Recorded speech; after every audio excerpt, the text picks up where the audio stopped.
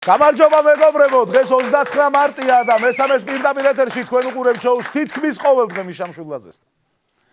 შინაგან საქმეთა სამინისტროს ინფორმაციით 2019 წლის თებერვალში რეგისტრირებული დანაშაული 29.16%-ით გაიზარდა.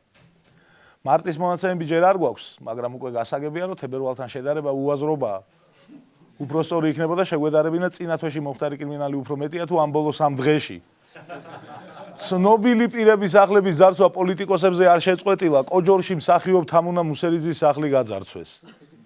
წაღებულია კიბე, ჭიშკარის სახლის შეასვლელი კარი, ჟალუზები და ფანჯრები.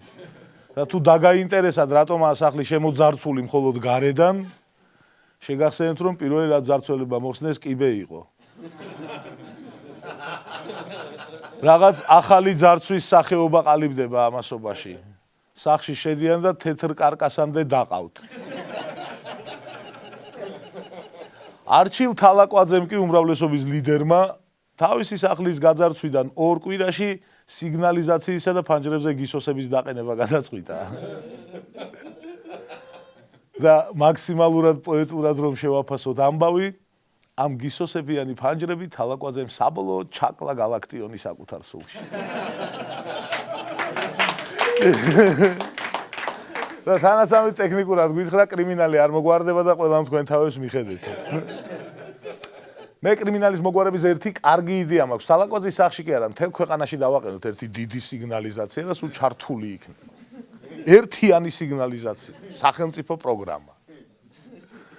მოკლედ, კარგია ამუშავდა მთავრობა, ქვეყანა თუ არა ერთი სახლი მაინც ხო გახდა უსაფრთხო.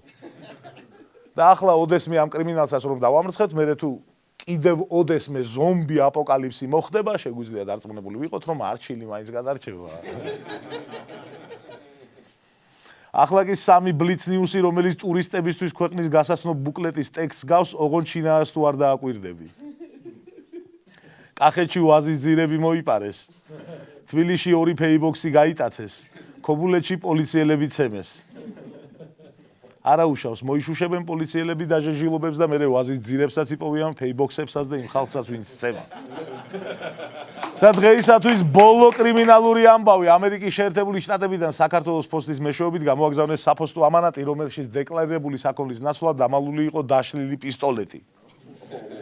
როგორც ჩანს, უცხოეთში მომუშავე მარჩენლები კრიმინალებსაც ყოლიათ და რა ქნან იმათაც, რითი შეუძლიათ ეხმარებიან აქაურებს. ახლა კი ცუდი ამბავი არამეგრული ჯიშის დაბალი ტემპერამენტის შავი თხებისთვის. სოფლის მეურნეობის სამინისტროს სამეცნიერო კვლევითმა ცენტრმა მეგრული ჯიშის მკვირცხლი ტემპერამენტის თეთრ თხებზე ტენდერი გამოაცხადა. ბოლო დროს იმდენი უცნაური ტენდერი გამოჩნდა, რომ რთულია დაიჯერო მათი რეალურობა. ამ მასიური აბსურდის ფონზე ჩვენ გსურთ შემოგთავაზოთ იმ სავარაუდო ტენდერების სია, რომლებსაც საქართველოს ხელისუფლება და კერძო კომპანიები ახლო მომავალში შემოგთავაზებენ. პირველი, ცხადდება ტენდერი დაკარგული ტერიტორიების დაბრუნებაზე. საინტერესო აზრია. ნახოთ, ვინ რამდენად აგვარებს. მეორე, ადამიანის უფლებათა დაცვის კომიტეტი აცხადებს ტენდერს კეთილ ადამიანებზე.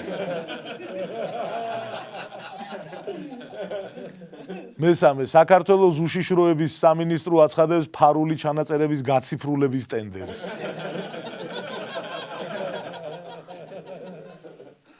მეოთხე, კულტურის სამინისტროს ზუგდიდის ცენტრი აცხადებს დოლებზე თოკების გადამჭიმავის ტენდერს.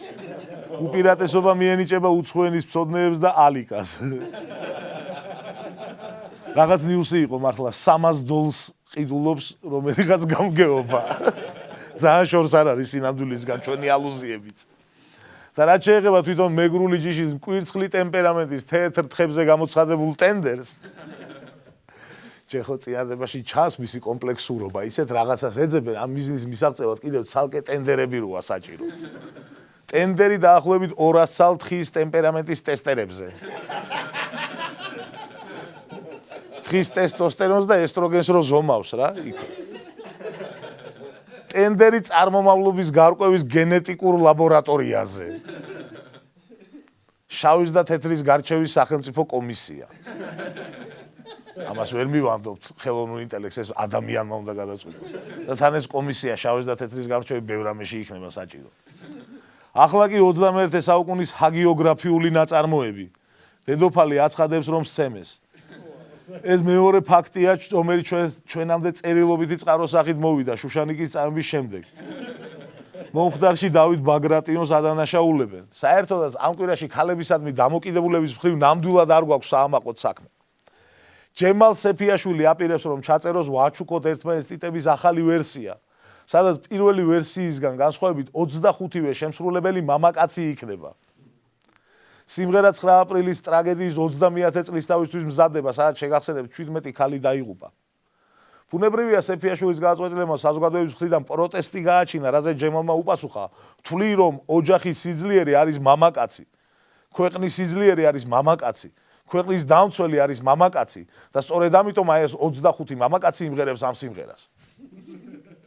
აი, სექსისტები ხართ. მაგრამ ხო შეიძლებოდა ეს მაინც გაგეთვალისწინებინათ, რომ ცოტა უცნაურად გამოჩნდება ამ თქვენი მასკულინობის ხაზს. ცოტა არ ემთხვევა ის, რომ 25 მამაკაცი ერთმანეთს უმღერის ვაჩუკოთ ერთმანეთს ტიტები.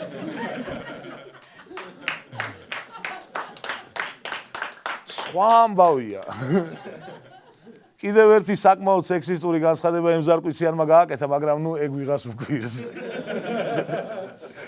სოფოკლაძის ინიციატივასთან დაკავშირებით ემზარმა განაცხადა, გონს მოეგეთ და უფალს ებარებოდეთ, ქმრებზე ამხედრებულო დედაკაცებო. და თან ემზარმა ისიც მოახერხა, რომ ამ კვირაში ეს მისი ყველაზე სევდიანი განცხადებაც კი არ ყოფილა. თავისი შექმნილი დემოგრაფიული ფონდის ფინანსური მხარდაჭერა ემზარკვიციანმა შემდეგი სიტყვებით მოითხოვა. თუ არ დავდექით ყველანი ერთად, ნეანდერტალელები გაგვაქრობენ.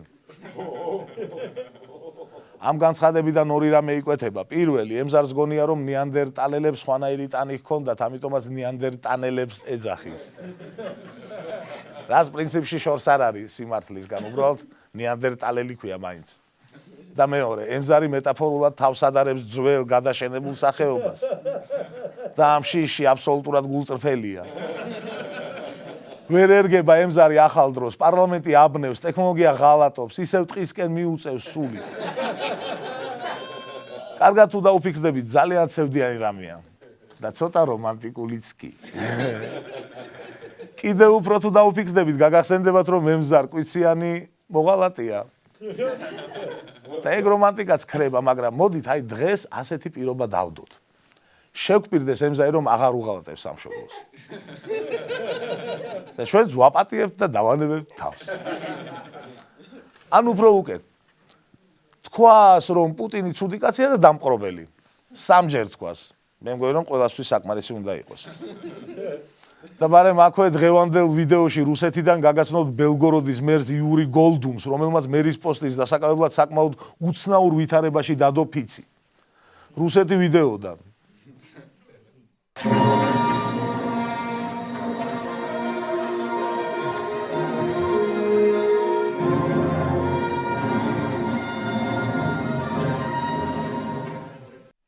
თუ ვერ მიხვდით რაში იყო აქ უცნაურობა, აგიხსნით.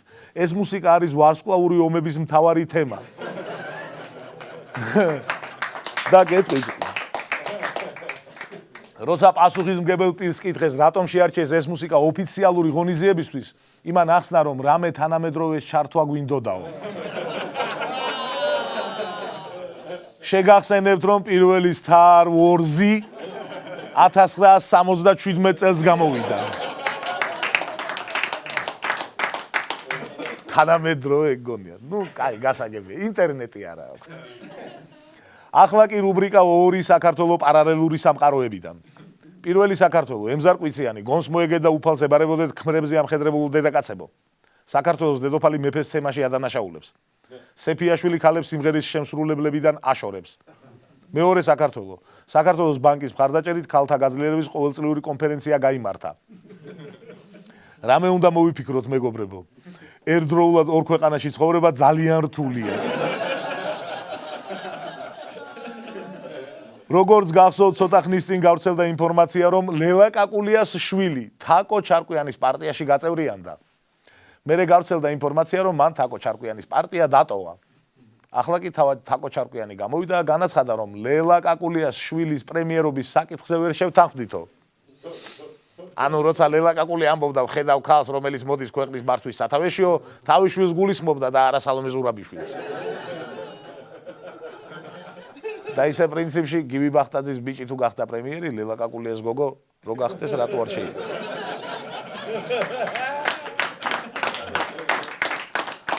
ალბათ მივხვდით, რომ პრემიერის მამის სახელი დავგუგლეთ. ამ ტენდენციის გაგრძელებით ნინო ბურჯანაძის შვილის პოლიტიკაში მიდის. ოღონ ქართულში თუ არა, არ ვიცით.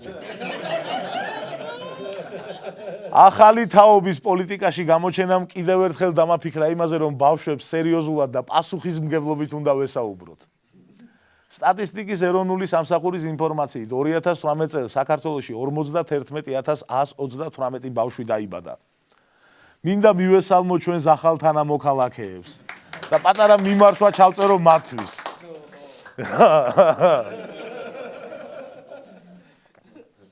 მეგობრებო, თქვენ დაიბადეთ საქართველოში. არც ძალიან იღბლიანები ხართ და არც ძალიან უიღბლოები. თქვენ ახლა არაფერი იცით, თუმცა ასაკის გამო პარლამენტის წევრები მაინც ვერ გახდებით. ეცადეთ, როცა გაიზრდებით, ასე აღარ იყოს. ჩვენი ქვეყნის 20% ოკუპირებულია რუსეთის მიერ. ახლა თქვენ ეს საერთოდ არ გადარდებთ. სამწუხაროდ არ ჩვენ ვიკლავთ თავს მაინც და მაინც. მაინც და მაინც კარგი სიტუაცია ვერ დაგახვედრეთ. ჩვენი ეკონომიკა საშუალოდ 4%-ით იზრდება. თქვენც რომ ამ ტემპით გაიზარდოთ, კიდევ 50 წელი ბავშვები იქნებით.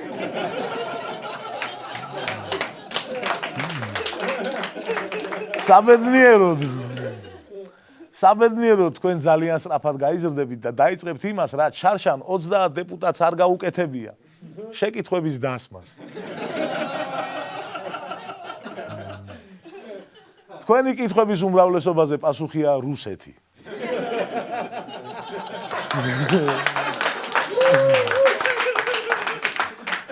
ნუ ჩვენ შეგვეძლო რაღაცების უკეთ გაკეთება, მაგრამ ძირითადად მაინც რუსეთი. რაგბიში მართლა მაგრები ვართ. ფეხბურთშიც გაჩნდა იმედები. 91-ში რა დინამო გვყავდა, იცით?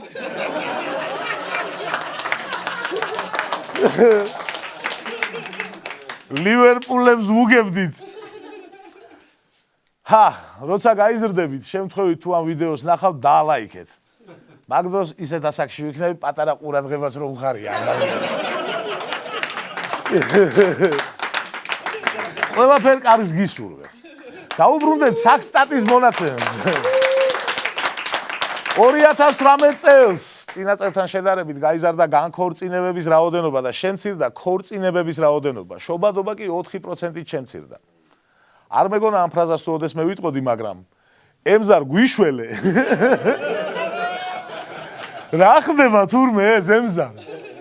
მე შევეცდები ჩემი წვლილი შევიტანო საქართველოს დემოგრაფიული მდგომარეობის გამოსწორებაში და პირობას ვდებ, რომ 1 აპრილიდან დავტოვებ საპენსიო ფონდს და იმ 2%-ს, რასაც მართლებს სახელმწიფო, ჩაურიცხავ ჩემი შოუს იმ სცენარისტს, ვინც ცოლს მოიყვანს და შვილი ეყოლება. შვილი ეყოლება. დღეს ბიძინა ივანიშვილი სოფელ ხიბულაში იმყოფებოდა. ეს სოფელია, სადაც ჩვენი პირველი პრეზიდენტი ზვიად გამსახურდია მოკლეს. აქ ბიძინა ივანიშვილი ადგილობრივებს შეხვდა და დაპირდა გაზის და წყლის პრობლემების მოგვარებას. შემდეგნაირად. ბიუჯეტს თუ არ ექნება, მე გავაკეთებ. ერთ-ერთმა ადგილობრივმა სთხოვა საბავშვო ბაღის აშენება, რაზეც ბიძინამ უთხრა, რომ გააკეთებს. ოღონდ მან უკვე მე გავაკეთებო, აღარ უთქვამს. ანუ ეგ ალბათ მე აღარ მექნება და ბიუჯეტს გავაკეთებ. ორი საფული აქვს რა. თავისი სახელმწიფო, ხან ერთი და ხან მეორე. ამაზე პანამელი ინვესტორი არ შეჩერებულა. ზვიად გამსახურდია სიკვდილის გამოუძიებელი საქმე ქვეყნის სირცხვილია, განაცხადა ბიძინა ივანიშვილმა, რომელიც 7 წელია ხელისუფლებაშია.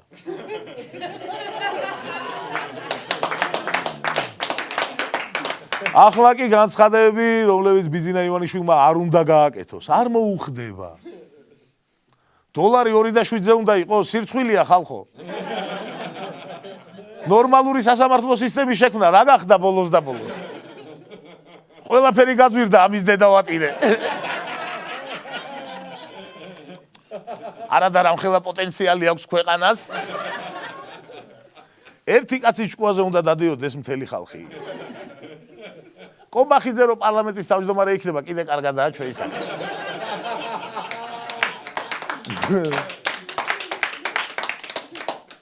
რას დაათრევთ ამ ხეებს აქეთი? რა დაუშლი? უსაზღვროა.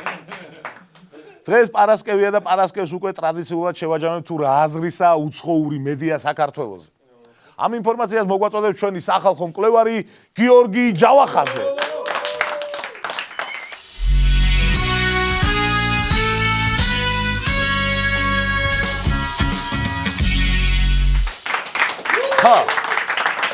გამარჯობა ჯავახი. აბა გითხარი, რა წერენ ჩვენზე? რადგან დღეს პარასკევია, გემრიელი თემით დავიწყებ. New York Times-მა Instagram-ზე მიუძღვნა პოსტი ხინკალს. ხო. ვციტირებ. ხინკალი არის ბეისბოლის ბურთის ზომის ქართული კერძი. და კარგია. ანუ მე ჩეულებრივად გრძელდება აღწერილია ხინკლის შემადგენლობა და ასე შემდეგ. აქ თავარი სხვა რამეა მიშა რა, რომ აი ამერიკელებისთვის ბეისბოლი რამხელა სიწმინდეა, ხო ყველა ვიცით და ხინკლის შედარება ბეისბოლის ბურთთან დიდი წარმატებაა რა და თამამად შეგვიძლია ვთქვათ, რომ ამერიკაში ზაზაფაჩულიას შემდეგ ამხელა წარმატება არაფერს არა და ყოველთვის ფიქრობდი, რომ ხინკალი და სპორტი რაღაცნაირად ურთიერთთავსებადი არის. კომენტარებია ძალიან სასაცილო ამ ხინკლის პოსტზე. ვინმე შაკირი წერს. შემდეგ ცხოვრებაში მინდა ხინკალი ვიყო. ესეთი ადამიანია. უცხოვრებია. სვიტლანა ამბობს. ყველა დროის საუკეთესო რამ. ყველა დროის. ანუ ამისთვის ბორბალზე უფრო დიდი გამოგონება აუცილებლად. ვინმე ადრიანი წერს, მჭირდება ისინი ჩემს ცხოვრებაში. ეს ძალიან გზნობიარი ადამიანი ჩანს, გაუჭირდება ამას. და ბოლოსთვის ნეგატივი შემოვინახე. ო, გადასარევი. ვინმე მაიკლი. ხინკალი საქართველოში მონღოლებმა შეიტანეს ჩინგის ყაენის ლაშქრობების დროს. ვერ დაუწერე ერთი შენი. დაუწერე. მაშინ შეგვიძლია პირნათელები გადავიდეთ შემდეგ თემაზე. სხვებსაც დაულაიქე. კარგი. კიდევ რა ხდება? BBC-ის ჟურნალისტმა ვილ ვერნონმა საკუთარ Twitter-ზე აღფრთოვანებულმა დაწერა ასეთი რამ. თბილისის საქალაქო სასამართლოში არის აპარატი, სადაც შეგიძლია იყიდოს საქართველოს კონსტიტუცია და სხვა საკანონმდებლო დოკუმენტები. თან ფოტოც დავურთ, ანუ ის აპარატი რო გვაქვს სამსახურში შოკოლადს და რაღაცებს რო ვაგდებთ ხოლმე. ეგეთი არის, სადაც შეგიძლია კონსტიტუცია ჩამოაგდოს, კანონები და აღფრთოვანდა ამაზე რა. რა პატარა კვეცობა. საკმაოდ კრეატიულია. მოსამართლე უნდა იყოს ხოლმე, ჩააგდებ, ჩამოაგდებს, მოიგებს. შეიძლება. ვენეციის კომისია თუ არ გაჭედავს. არ არის უდიდია. გადავიდეთ შემდეგ თემაზე. თბილისის აეროპორტი ZDZ მე-6 წელია დასახელდა აღმოსავლეთ ევროპის საუკეთესო აეროპორტებში. რანაირად? ანუ ალბათ მინიმუმ 6 წელი აღმოსავლეთ ევროპაში ახალი აეროპორტი არ აშენებულა. რა გითხრა მიშა, აი საქართველოში საუკეთესო აეროპორტებშიც რო დაესახელებინათ, ეგეც გამიკვირდებოდა ვენეციაში. ნუ აეროპორტებს დავანებოთ თავი და ერთ-ერთი საუკეთესო შოუ მსოფლიოში გრან ტური ესტუმრა საქართველოს და ერთი ეპიზოდიც მოგვიწყნა. როგორც ვიცი, საოკუპაციო ხაზსაც ესტუმრენ ამ. კი, საოკუპაციო ხაზთან მივიდნენ, მთელ მსოფლიოს ძალიან კარგად დეტალურად აუხსნეს რა ხდება იქ, რას ჩადის რუსეთი საზღვრის გადმოწევაზე, მავთუხლართების გადმოწევაზე, მაგრად დასცინეს რუსეთს. შემდეგ წავიდნენ გორში და მაგარი ხუმრობები თქვეს იქ სტალინზე, როცა ძეგლი ნახეს სტალინის. ეს ერთი ამბობს, ერთ-ერთი წამყვანი. სტალინი იცი რას მაგონებს? როცა ვიღაცას ძველი ავეჯი აქვს, რომელიც არ მოსწონს მაგრამ გადასაგდებადაც ვერ იმეტებს, იმიტომ რომ ბები ამისი სეულია. კარგი შედარება.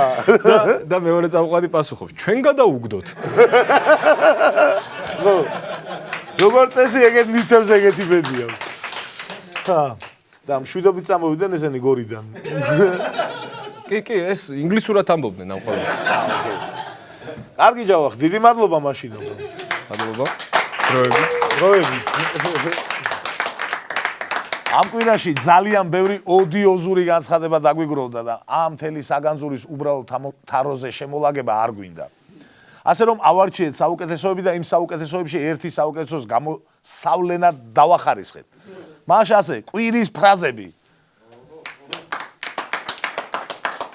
კვირის რვეული ასე ერქმევა ამ რუბრიკას და ამიტომ ფრაზაც იქნება 8.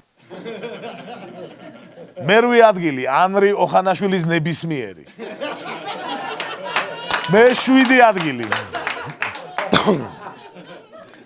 ნინო წილოსანი დეპუტატია უმრავლესობიდან. ამ ყველაფრის წახალისებით მალე თქვენთანაც მოვლენ ქართული ოცნების დეპუტატი ბოლო დროს გახშირებულ თანამდებობის პირებზე გაქურდვის ფაქტებს სოციალურ ქსელში ასე გამოეხმაურა. ანუ თუ გეცინებათ რომ დეპუტატებს დარწმუნებო, იცით რა მოხდება? თქვენთანაც მოვა კრიმინალი. მე-6 ადგილი სოფიო კილაძე. ღამის კლუბში არასრულწლოვნებით 18 საათიდან 24 საათამდე მშობელთან ერთად შევლენ. აბსოლუტურად გაუგებარი ამბავი. მე-5 დავით სერგეენკო სამინისტროში მომენტი გაგვექცა. ასე ამბობს გაფიცულ თანამშრომლებზე, რომელთაც ხელფასების გაზდას ითხოვენ და ეს ვერ უმატებს და ამბობს რომ მომენტი გაექცათ, როცა ეს უნდა გაეკეთებინათ და ეხლა გავხმოთ. მე-5 ადგილი, უბრალოდ მე-5 ადგილი, დიახ. კახი კალაძე. თუ ვინმეს უჭირს მზად ვარ ხელი შეუწყოთ, ასე კახიმ თანამშრომლებს მოუწოდა როგორც თამი არ აიღო. ამ კვირის მნიშვნელოვან განცხადებას მიმოვიხილავთ შეგახსენებთ. მე-3 ადგილი მიხეილ სააკაშვილი გიგი უგულავაზე. მკვდარი უფრო კარგ ფორმაში ვიქნები ვიდრე შენ და შენი ზოგიერთი კოლეგა შემდეგი 100 წლის მანძილზე.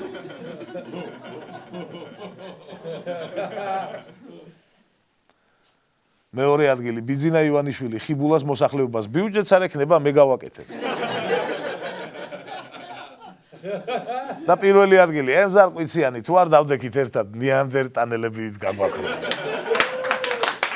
დღეისათვის სულ ეს იყო.